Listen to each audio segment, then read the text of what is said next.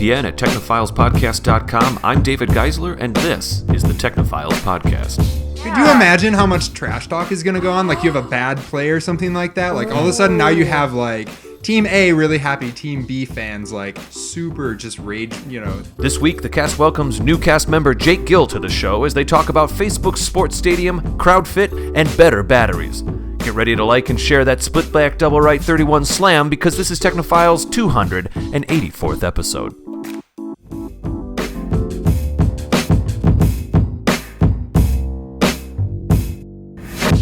Hello, everybody. Welcome to tonight's show. I am here with the regular cast, V. Lobs and Krista Lee. Gals, how you doing?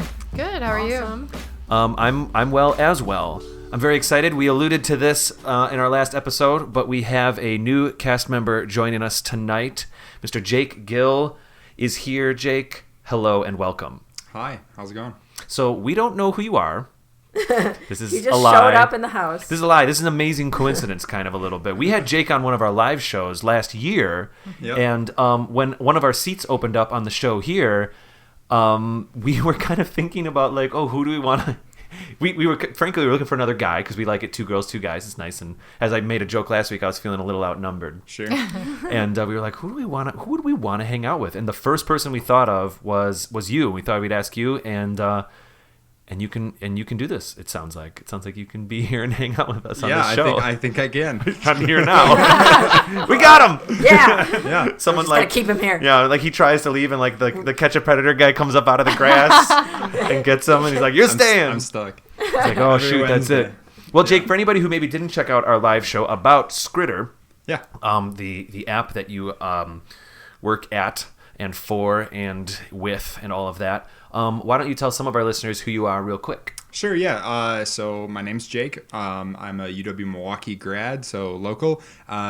Studied global communications and foreign language. I studied Chinese. And after graduating, I went to Taiwan, where I did some master's coursework in teaching Chinese as a second language. And during that kind of process, I was working for this company called Skritter. And now I'm running the business. It was founded by 3 guys that I know pretty well. They're doing something else, and so I'm doing that now. So I work here in Milwaukee, and we run a small tech company. We teach people how to read and write Chinese and Japanese. Yeah, it's awesome. Do you wanna talk about Skritter real quick, just for a second or two? Yeah, sure. So the company name is Skritter, Skritter, and we're a mobile and web app, and yeah, like I said, we teach people how to read and write primarily Chinese and Japanese. So you basically go in, you can create your account, and we have kind of textbook lists and custom lists and all these different cool things.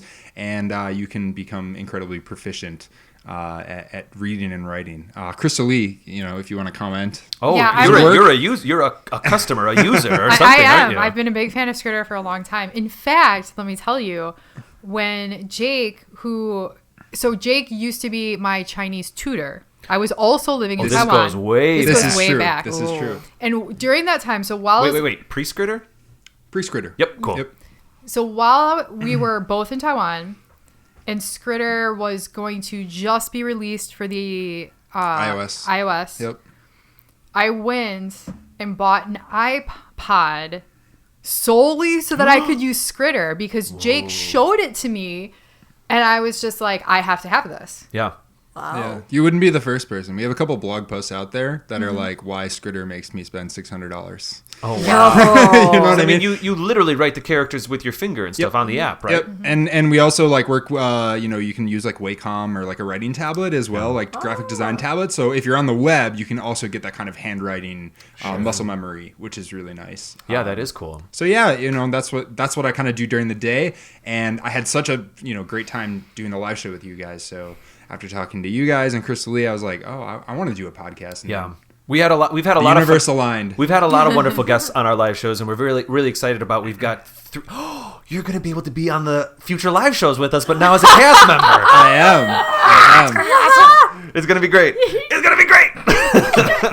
Well, we got a lot of great guests on the live shows, but we're so pleased that you can take time out of your Wednesdays and be with us. Oh, now people know we record on Wednesday nights. Good job, David. Or do we? The magic. Oh. Just pull the I curtain think back. I hide referenced everything. Yeah, you Wednesday did. at least twice already. Putting the So kayfabe back together. Pay no attention to that man podcasting on Wednesday nights. exactly. Well, anyway, guys, we are talking about 3 things tonight. I found a story, I guess. A lot of people are kind of talking about this right now, but I kind of wanted to talk about the Facebook sports stadium thing that just got, I think by the time people are hearing this, got released about a week ago.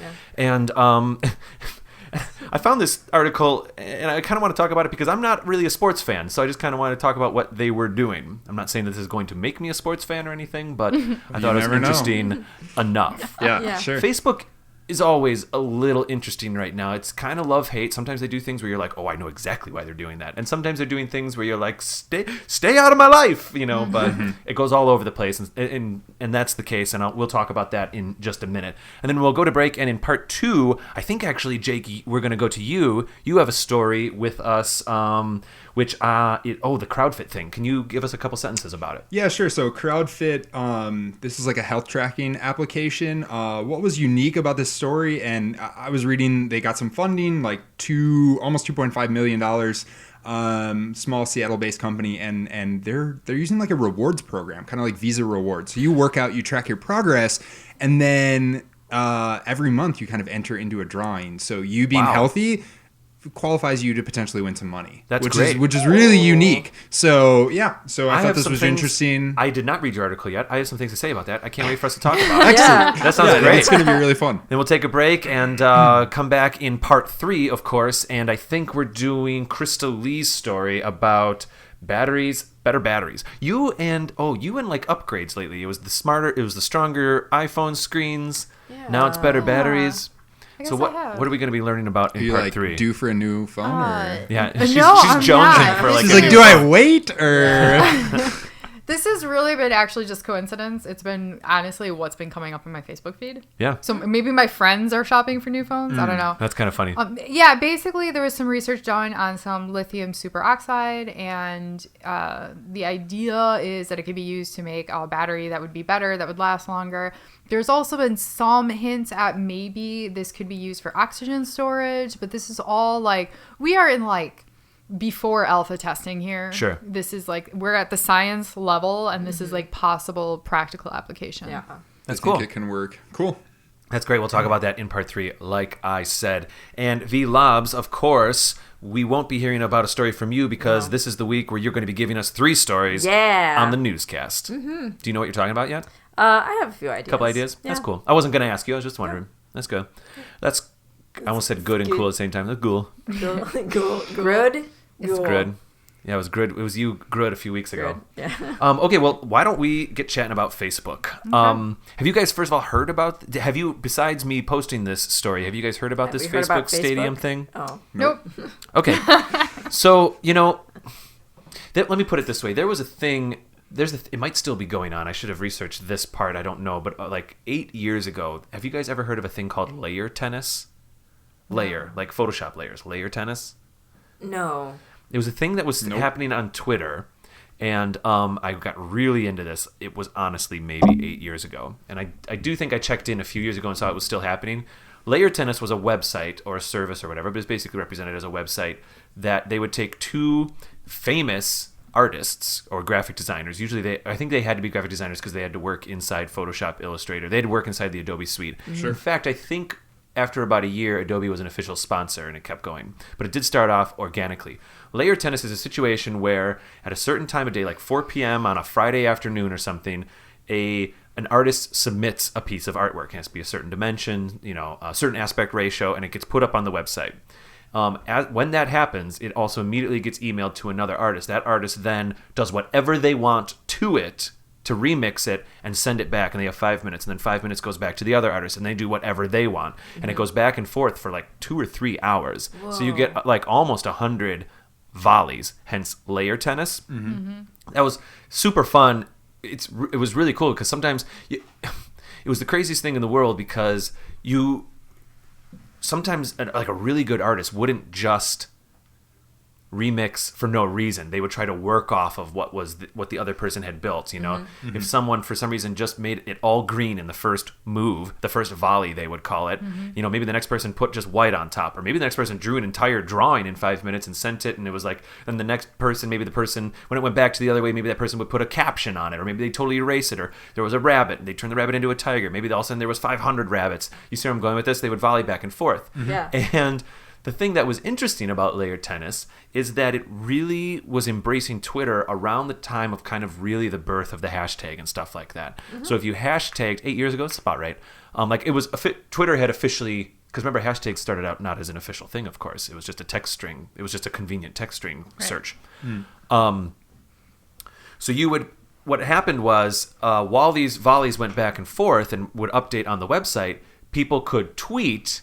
And if they used layered tennis as a hashtag, they would show up in the crowd feed of the people watching this tennis match, this artistic tennis match. Okay. And you could speak about, and they also had commentators tweeting as they were going to, like, people with art degrees that would, you know, not art degrees, but like they would have, I remember they would have guests, certain professors at certain art schools would be a guest commentator, and they'd be tweeting about, you know, the submissions, and every once in a while you'd get an artist who would just like, there would be this big. So was this like the birth of live tweeting? So it was around the time when like the live tweeting stuff was happening. Yeah. And if I made one final comment, and then I'll get to the lead here.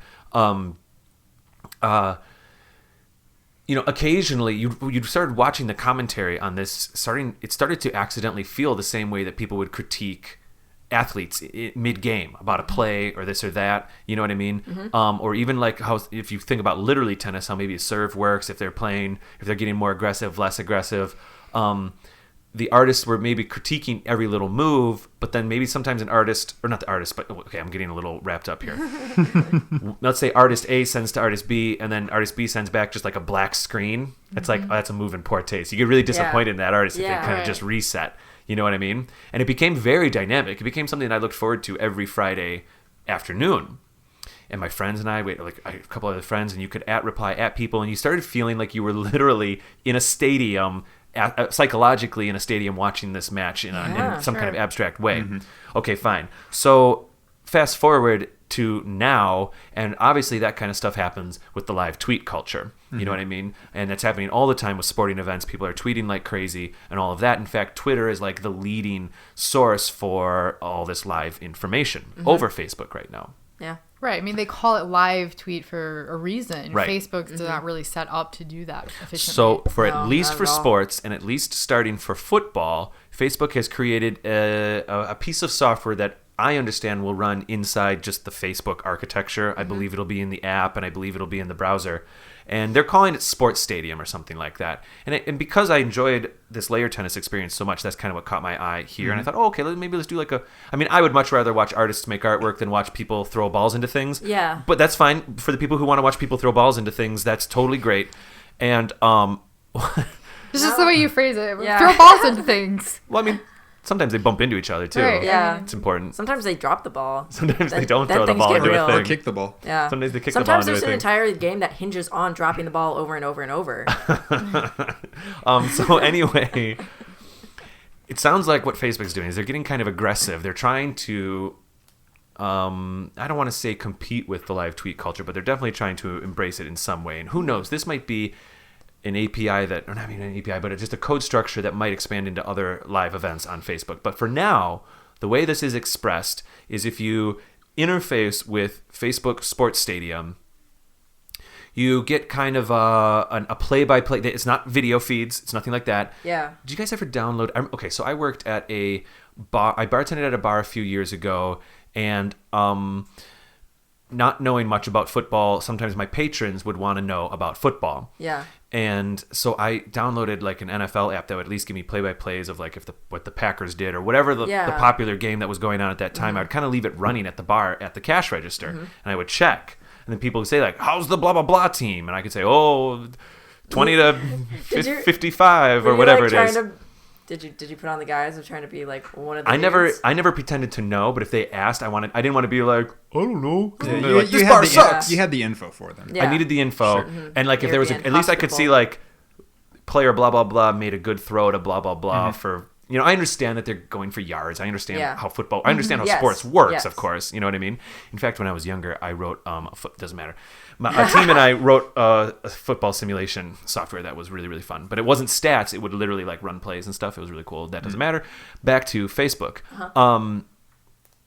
So this Facebook app or this sports app, this NFL app that I used to run a few years ago would kind of show you like as a graph. It would show you the field. It would show you ball placement for football specifically, show you which direction was going, who was leading, maybe highlight plays, I guess like the downs and the Just yards all to go, the basic, everything all you the need. numbers. Yeah.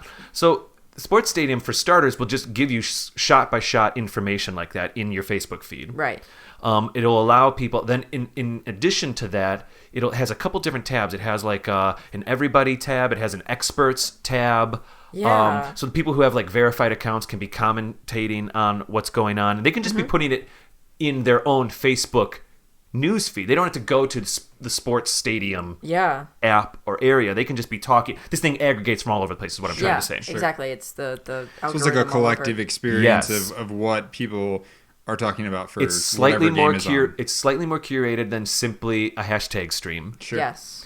And Well, there's more context, right? It's that's it. Yeah, you're absolutely right. you're going in looking for a specific game. Yeah. A specific game, and furthermore, you can get the play-by-play. There's even some not sponsored, but maybe there's a couple video clips there, but you're definitely not going to be Yeah, streaming it's like the game. highlight reels or whatever, Yeah. right? Another little interesting thing that I want to point out, and then I'll open it up to you guys, is Facebook loves to like things, and this little hub of information, they've set up in the code that you can like and share specific plays.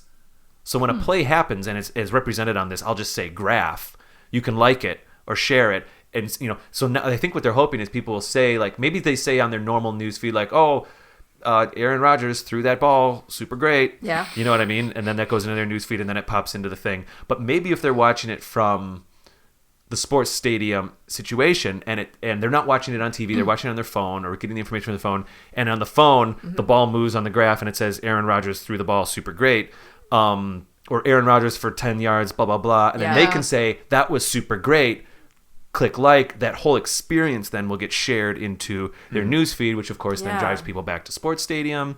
So it's I don't know, kind of interesting. I'd love to see this executed with other things too, but what are your guys' thoughts on this whole thing? Well, of course, sports is like the first thing that you go to because that's like the easily most like, there's numbers and data here that we can sort and organize, and like people are already engaged with it. So it's just a matter of like curating all of that information into one thing. Yeah. I could see this turning into something that, people are like live reacting to TV shows. Let me like ask you this. Yes. Would you watch a wrestling match this way? Watch, quote unquote, a wrestling match this way?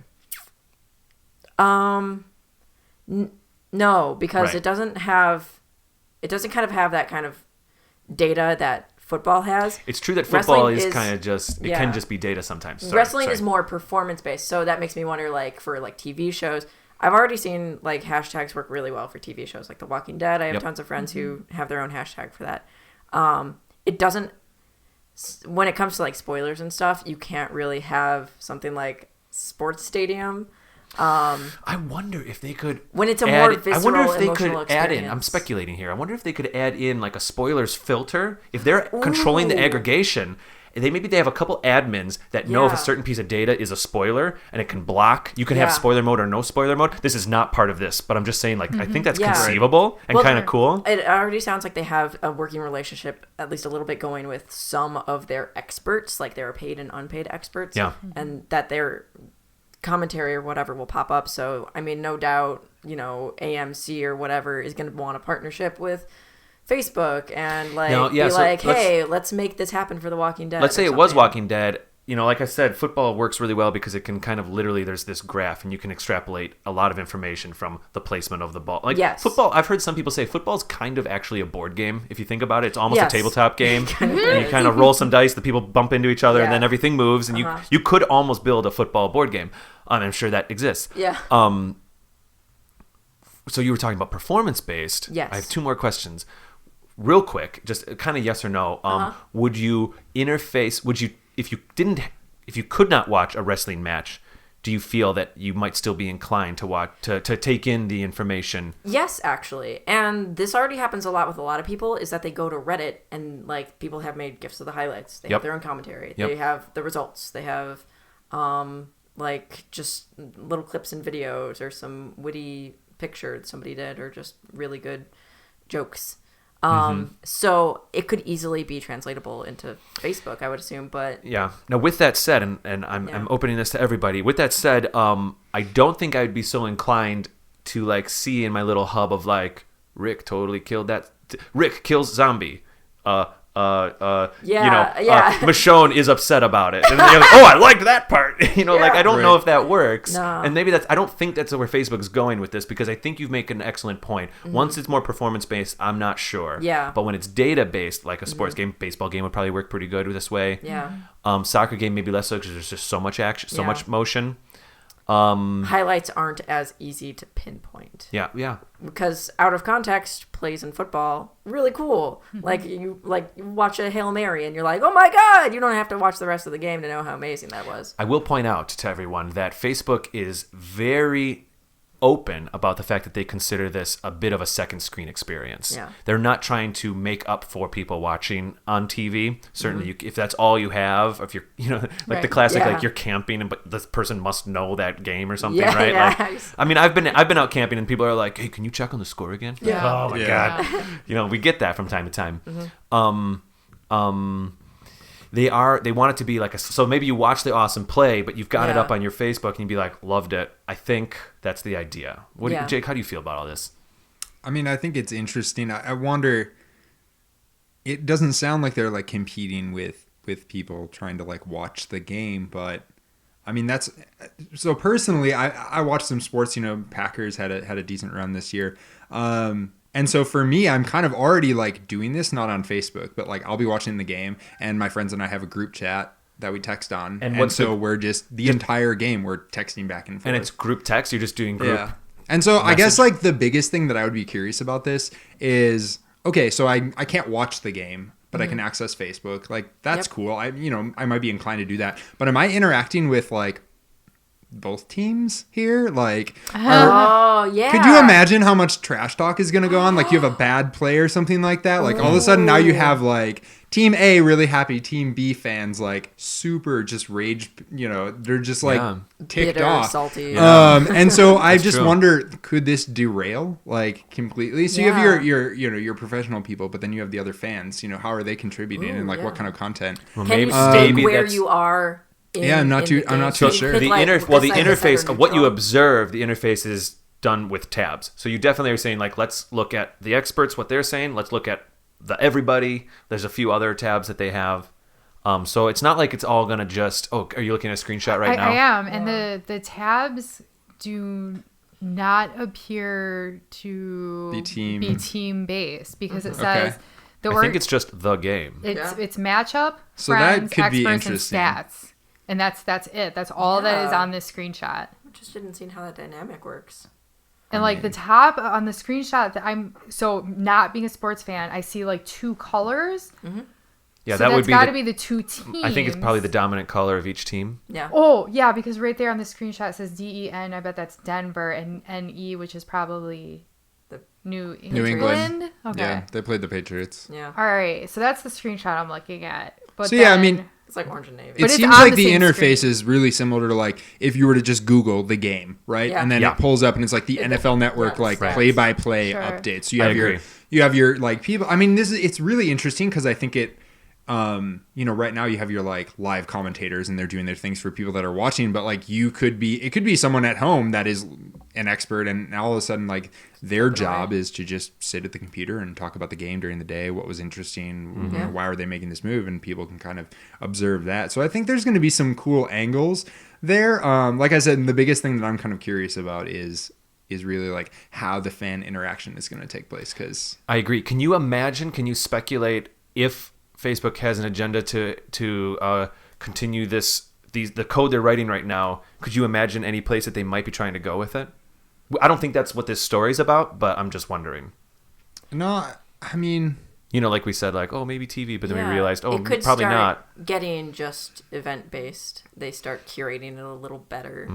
Like, Well, it could be, or what if this is like groundwork for a larger planning? I mean, they already That's have precisely what I'm talking Oculus about. Yeah. Rift, right? So what if all of a sudden, like, we're going to put this community together, start building these communities, and then we're going to be like, hey, put on your VR goggles and Yeah. Well, experience Facebook this Facebook has said that that's what they with want. everybody. They want you to put the goggles on, and you kind of theoretically or virtually see people. All the other people are kind of their avatars or whatever are floating in front of you and whatever. Maybe it's you're kind of literally in a room. Maybe it's a little bit more abstract than that. I think it probably will be a little bit more abstract. Yeah. That's funny. I was just reading, like, when I was looking for stories for Newscast. There was one story that was on Wired about like what football is going to be like 50 years in the future. Yeah. And one of them was like, yeah, people will buy tickets, but you can it'll be like really malleable. You can change your seats mid game or whatever, Right. and then you can buy tickets to go to the stadium to do VR Right. in the stadium and be like on the field. Like that would be a whole different thing. Tony POV Rome and cams and Tony stuff. Rome on Yeah. Branching Dialogue and I had a whole conversation about that when we were I think you were on the episode, or maybe it was the episode he was on with us here. Was it the backpack VR or was it just Backpack we VR, did, but we were like, talking 2 about VR like stories. you can do. We were talking about Hololens a little bit, and Yeah. so that was the mixed game. mixed one. Yeah. And we said, it's entirely conceivable that you'll watch the game as a model on your coffee table if you so chose. Like, you could have it up on your That would wall be cool. and also just literally have it microscopic, Yeah. down on the table and just watch. And certainly if it's VR, you can take it further and And be be down on on the the field. field. You can buy. They're going to be selling virtual tickets. Yeah. Anyway, well, I think we're just running out of time here. I think we'll keep moving. Chris Lee, any closing comments from you? There's one thing I wonder about here. So this just came out, and we are a very short distance away from the Super Bowl. Yes. Now I get it, right? So the Super Bowl is the biggest thing. You'll have all these people that are going to be on that. I have no doubt it's going to be great. My question is, since right now it's only football, is it going to be just pop and then fizzle? Right, I was wondering that too. Facebook has said that this is kind of a strategic time to release it. They've got the last couple games. They're going to be pushing it, promoting it. Hopefully it really gets its saturation from the Super Bowl. I don't know what happens What a after testing that. period. But the Well, thing right. is then is you're not giving them enough. You're not giving people enough time to form the habit.